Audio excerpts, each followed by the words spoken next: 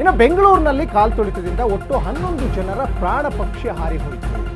ಸರ್ಕಾರದ ಅಮಾನತು ಆದೇಶವನ್ನ ಈಗಾಗಲೇ ಪ್ರಶ್ನಿಸಿ ಅರ್ಜಿ ವಿಚಾರಣೆ ನಡೀತಾ ಇದೆ. ಆಕ್ಷೇಪಣೆ ಸಲ್ಲಿಸಲಿಕ್ಕೆ ಕಾಲಾವಕಾಶವನ್ನ ಹೆಚ್ಚುವರಿ ಎಜಿ ಕೇಳಿದೆ.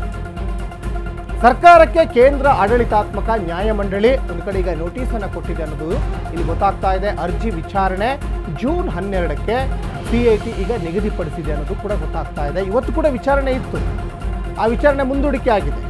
ಈಗ ಅದು ಜೂನ್ 12ಕ್ಕೂ ಕೂಡ ಈಗ ಮುಂದೂಡಿಕೆ ಆಗಿದೆ ಅನ್ನೋದು ಕೂಡ ಗೊತ್ತಾಗ್ತಾ ಇದೆ. ಒಂದು ಕಡೆ 4 ಅರ್ಜಿ ವಿಚಾರಣೆ ನಡೀತಾ ಇದೆ.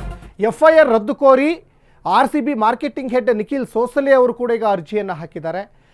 ಏನೋ ಬಂಧನವನ್ನು ಪ್ರಶ್ನಿಸಿ ನಿಖಿಲ್ ಸೋಸಲೆ ಅವರ ಪತ್ನಿ ಮಾಳವಿಕ ಕೂಡ ಈಗ ಅರ್ಜಿಯನ್ನು ಸಲ್ಲಿಕೆ ಮಾಡಿದ್ದಾರೆ. ಜೊತೆಗೆ RCB ಮ್ಯಾನೇಜ್ಮೆಂಟ್ ಕೂಡ ಈಗ ರಿಟ್ ಅರ್ಜಿಯನ್ನು ಸಲ್ಲಿಕೆ ಮಾಡಿದೆ. ಜೊತೆಗೆ DNA ಸಂಸ್ಥೆ ಕೂಡ ರಿಟ್ ಅರ್ಜಿಯನ್ನು ಸಲ್ಲಿಕೆ ಮಾಡಿದೆ.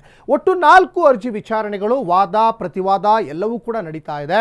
ನಿನ್ನೆ ಕೂಡ ಸುದೀರ್ಘವಾದ ವಾದವನ್ನು ಮಂಡನೆಯನ್ನು ಮಾಡಿದ್ರು ನಿಖಿಲ್ ಸೋಸಲೆ ಪರವಾದಂಥ ವಕೀಲರು ಸಂದೇಶ್ ಚೌಟಾ. ಹಾಗಾಗಿ ಯಾಕೆ ಬಂಧಿಸಿದ್ರಿ ಅಂತ ಒಂದು ಪ್ರಶ್ನೆ ಕೇಳಿದಂಥ ಸಂದರ್ಭದಲ್ಲಿ ಸಹಜವಾಗಿ ಅವರು ಆಪೋಸಿಷನ್ ಲಾಯರ್ಸು ಅವರು ದೇಶ ಬಿಟ್ಟು ಹೋಗ್ಲಿಕ್ಕೆ ಪ್ರಯತ್ನ ಮಾಡಿದ್ರು, ಹಾಗಾಗಿ ಏರ್ಪೋರ್ಟ್ನಲ್ಲಿ ಅವರನ್ನು ಬಂಧಿಸಿದ್ವಿ ಅನ್ನುವಂಥ ಒಂದು ಮಾಹಿತಿ. ಜೊತೆಗೆ ಚಿನ್ನಸ್ವಾಮಿ ಸ್ಟೇಡಿಯಂನಲ್ಲಿ ವಿಕ್ಟ್ರಿ ಪರೇಡ್ ಅಂತ ಒಂದು ಪೋಸ್ಟ್ ಕೂಡ ಹಾಕಿದ್ರು, ಹಾಗಾಗಿ ಅವ್ರನ್ನ ಅರೆಸ್ಟ್ ಅಂತ ಒಂದು ಮಾತುಗಳು ಕೇಳಿ ಬಂತು. ಈಗ ಸದ್ಯಕ್ಕೆ ಸಿಕ್ಕಿರುವ ಮಾಹಿತಿ ಪ್ರಕಾರ ನಾನು ಎಲ್ಲರ ಅನುಮತಿ ಪಡ್ಕೊಂಡೆ ನಾನು ಪೋಸ್ಟ್ ಮಾಡಿದ್ದೆ ಅಂತ ಅವ್ರು ಹೇಳ್ತಾರೆ. ಇನ್ನು ರಾಹುಲ್ ಗಾಂಧಿ ನೇತೃತ್ವದಲ್ಲಿ mega meeting, CM Siddaramaiah, DCM DK Shivakumar ಜೊತೆ ಮಹತ್ವದ ಚರ್ಚೆ ಆಗಿದೆ ಅನ್ನೋದು ಇಲ್ಲಿ ಗೊತ್ತಾಗ್ತಾ ಇದೆ. ಕಾಲ್ತುಳಿತ ದುರಂತ ಪ್ರಕರಣದ ಬಗ್ಗೆ ಸಭೆಯಲ್ಲಿ ಚರ್ಚೆ ಆಗಿದೆ. ಇದು ಕಾಂಗ್ರೆಸ್ ಪಕ್ಷಕ್ಕೆ ಬಿಗ್ ಡ್ಯಾಮೇಜ್ ಆಗಿದೆ. ಕೈಗೊಂಡಿರುವ ಕ್ರಮದ ಬಗ್ಗೆ ವಿವರಣೆಯನ್ನು ನೀಡಿದ್ದೇವೆ.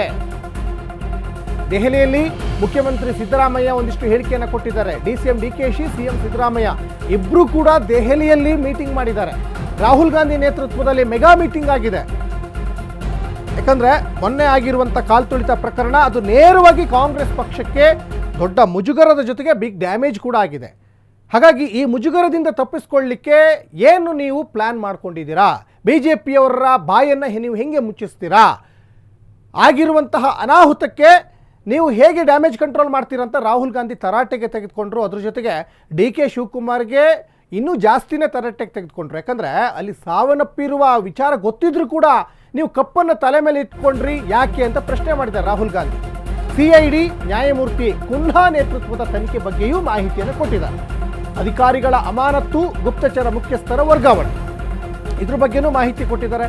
ಈ ಬಗ್ಗೆ ವರಿಷ್ಠರಿಗೆ ಮಾಹಿತಿಯನ್ನು ನೀಡಿದ್ದೇವೆ ಅಂತ ಒಂದು ಕಡೆ ಸಿದ್ದರಾಮಯ್ಯನವರು ಕಾಂಗ್ರೆಸ್ ಹೈಕಮಾಂಡ್ಗೆ ಮಾಹಿತಿಯನ್ನು ಕೊಟ್ಟಿದ್ದಾರೆ. 11 ಜನರು ಸಾಯಬಾರ್ದಾಗಿತ್ತು, ಆ ಘಟನೆಯಿಂದ ನೋವಾಗಿದೆ. ರಾಜ್ಯದಲ್ಲಿ ನಡೆದ ಘಟನೆಯಿಂದ ನಮಗೆಲ್ಲ ನೋವಾಗಿದೆ. ಯಾಕಂದರೆ ಕಾಂಗ್ರೆಸ್ ಪಕ್ಷ ಅಧಿಕಾರದಲ್ಲಿರುವಂಥದ್ದು. ತನಿಖಾ ವರದಿ ಬಂದ ಬಳಿಕ ಕ್ರಮ ಕೈಗೊಳ್ತೇವೆ ಅಂತ CM ಸಿದ್ದರಾಮಯ್ಯನವರು ದೆಹಲಿ ವರಿಷ್ಠರಿಗೆ ಮಾಹಿತಿ ಕೊಟ್ಟಿದ್ದಾರೆ ಅನ್ನೋದು ಕೂಡ ಗೊತ್ತಾಗ್ತಾ ಇದೆ.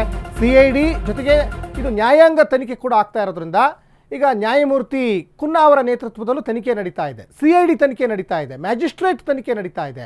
ಮ್ಯಾಜಿಸ್ಟ್ರೇಟ್ ತನಿಖೆಯಿಂದ ಮೊನ್ನೆ ಒಂದಿಷ್ಟು ಇನ್ಫಾರ್ಮೇಷನ್ ಕೂಡ ಸಿಕ್ಕಿದೆ. ಆ ಇನ್ಫಾರ್ಮೇಷನ್ ಪ್ರಕಾರ ಸಾವನ್ನಪ್ಪಿರೋರು 11 ಜನ ಆದರೆ ಗಾಯಗೊಂಡವರು 45 ಅಲ್ಲ 65 ಅಂತ. ಅವರು ಸಾಕಷ್ಟು ಮೂಳೆಗಳಿಗೆಲ್ಲ ಪೆಟ್ಟು ಮಾಡ್ಕೊಂಡಿರ್ತಾರೆ, ಕೈಕಾಲೆಲ್ಲ ಪಾಪ ಕೆಲವ್ರದ್ದೆಲ್ಲ ಮುರಿದೋಗ್ಬಿಟ್ಟಿದೆ. ಹಾಗಾಗಿ ಅನಾಹುತ ಸಾಕಷ್ಟಾಗಿದೆ. ಇದು ನೇರವಾಗಿ ಕಾಂಗ್ರೆಸ್ ಪಕ್ಷಕ್ಕೆ ಒಂದು ಬಿಗ್ ಡ್ಯಾಮೇಜ್ ಇದೆ.